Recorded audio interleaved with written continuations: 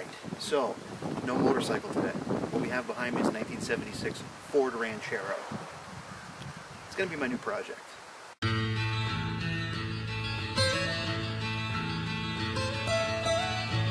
Almost heaven, West Virginia, West Virginia, West Virginia, West Virginia.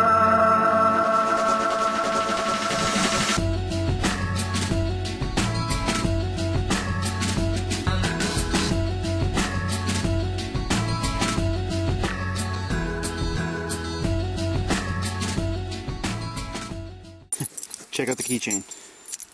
Came with the car. Yep. Let's get her started. Alright. So. And.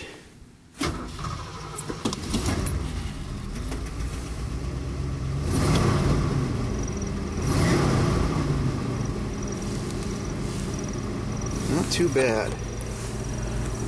Oil pressure reads a little low. I think the sending unit's bad. And the clock doesn't work. I can't even hardly adjust the thing. I think it runs off its own battery, so I'd have to take the whole dash out to get that to work. Yeah. Pretty clean on the inside. Kill that.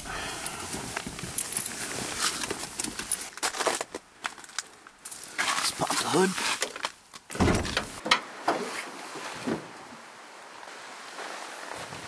Alright, so what we have here is a 351 M400. It's their modified version of the old Cleveland that they used to have. It's a Cleveland base, but the heads are a little different, the deck is a little different, the push rods are a little different. Most of the parts are interchangeable. But this is basically Ford's truck motor, the economy truck motor from back in the day. It's supposed to have about 180 horsepower. You know, you'd think it'd have a little more out of a V8, but it was the 70s and smog control and emissions were the big thing, so it is what it is. But we'll see if we can liven it up a little bit. Alright, so let me walk you around the engine bay a little bit more in depth here. So I've put a new PCV valve in. There's a new air filter, new breather filter, all new belts. New radiator. The old radiator had a huge leak in it. I did realize that bottom radiator hose is on crooked and it's not on completely tight. So unfortunately it does puke fluid after the car warms up for a little while. The power steering pump was bone dry when I got it. It took both hands to turn the steering wheel and it was horrible. But I filled it up, no squeaks, no leaks, and seems to be pretty good. The one thing I am worried about though is that steering box right there. You can see the two inlet and outlet on the steering box. I did purchase these hoses new. It doesn't look like they're what's leaking, unfortunately. So I may have bought those in error. These actually look like they're in really good shape. There is a little bit of weeping happening there, but there is a little bit of a weep on the bottom on the pitman arm, so I think it's the pitman arm seal that might have gone bad on the steering box there. Take you around to the other side. Brand new battery, brand new battery cables, and new hoses, new thermostat. I did clean up the housing, and also inside there's a brand new water pump and a brand new timing set. Also, this heater hose is new. That's pretty much all I've done for underneath the hood. The thing I did notice is when the car's running, the pulley on the harmonic balancer is a little bit wobbly. So I think when I put it on, I might have kinked it, or there might have been a little debris in there. So unfortunately, I have to take all this off, the fan, that pulley, to straighten that out. And that smog belt down there, that little tiny itty bitty belt. Let me get you down in there so you can see it. That little tiny itty bitty belt took me forever to find. So I finally found a brand new one. That's the original. So I will be replacing that belt as well. The new radiator, unfortunately, didn't like to receive the slide-on mounts for the bolts, so that's just kind of flapping there for now. And the AC hose, excuse me, the AC belt is pretty loose. The AC clutch does engage when you hit the button, so that's good too. So the AC should work, it's just a little too cold to be able to really give that a test. So some of the other things I've done are obviously the wheels and tires. Those were a Craigslist find. They were actually 125, 150 bucks with the wheels and with the tires on them. And they're in really good shape. They still have the mold release little nipples on them. I mean, they're practically brand new tires. There can't be too many miles on them. The rear are at least at 60%. The fronts are just about 90%. Some of the other parts that need to be replaced. This marker light, I did find a new one.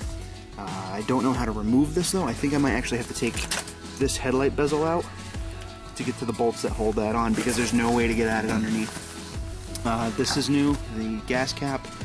I do not like these, but for practicality's sake, I'm going to leave them for a little while. As you can see, there's a few dents in the trim. I mean, this was obviously used as a truck. There's the old gas tank. I'll show you the new gas tank under there. All shiny and new with a new sending unit and all new lines. That's the old one, like I said. That's the old radiator. These are some crappy winter tires that I had. This piece of trim here I actually took off and was able to fix a dent that was here and a big dent that was here. So it's not too hard to straighten this trim out. I couldn't get that gouge out, unfortunately, but hopefully I'll be able to get that dent and that dent out when I slide this whole piece off. And the front grille also has a dent in it. This debris that you see here is from the side trim that was on it. It just peels off when you get it hot, so I'm going to heat that up, peel all that off, and I really have to cut back the paint a little bit and buff that back.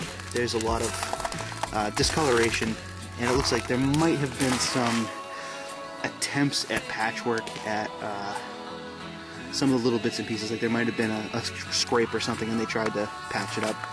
These are the fronts. I also have new calipers, new hoses, and pads. I have an entirely new front suspension system for this car. As you can see from those bushings, they are gone. So I have those new bushings. I have the new end bushings here. I have the hose, the rubber section of hose, and I have new shocks. But if you take a look underneath the car, I mean, there's really no rust. I mean, there's surface rust, but there's still factory paint on everything. As you can, there's the pitman arm there, you can see it's a little wet. So I'll have to figure out where that's dripping from. But yeah, the underneath is pretty good. On the interior, I did have to source this speaker cover from eBay, and hence why it's a different color. I'm just going to paint it black. I do have new armrests, as this one's very gross and hard. I was able to put new cranks on, the window cranks, new knobs, excuse me. I do have the new arm for that side over there. And that's pretty much it. I haven't really done anything to the interior. The seats will definitely need to be recovered, as they are split on the driver's side, and they collapse. I mean, you know, these seats are known to be pretty soft, but when you sit on that, it really drops you to the floor of the truck, and it's not too fun. So, the radio doesn't work. I mean, it turns on and then it just fades off. So, it is what it is. This truck has a Fmx transmission. That's a 3-speed transmission. It's a cast iron unit. A lot heavier than the C4s and the C3s. These are new window seals here around the door, the weather stripping.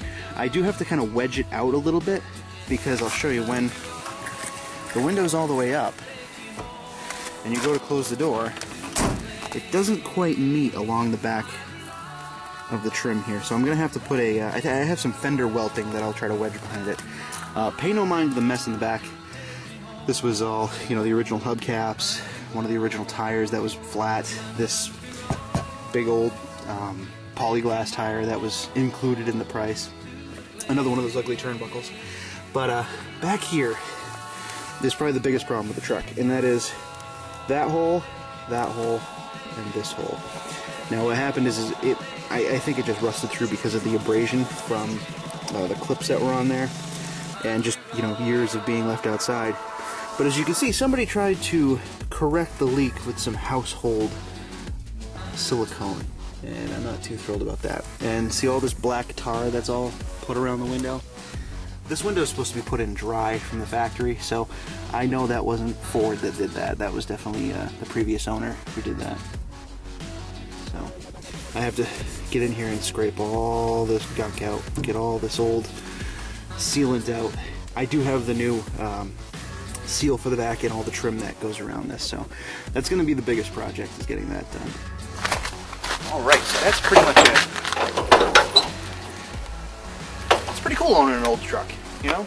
My dad had an old truck, he had an old Chevy, he actually had the same exact wheels that I have on mine, so it's kind of nostalgic putting those old wheels on this old truck. It brings me back to my dad's old Chevy.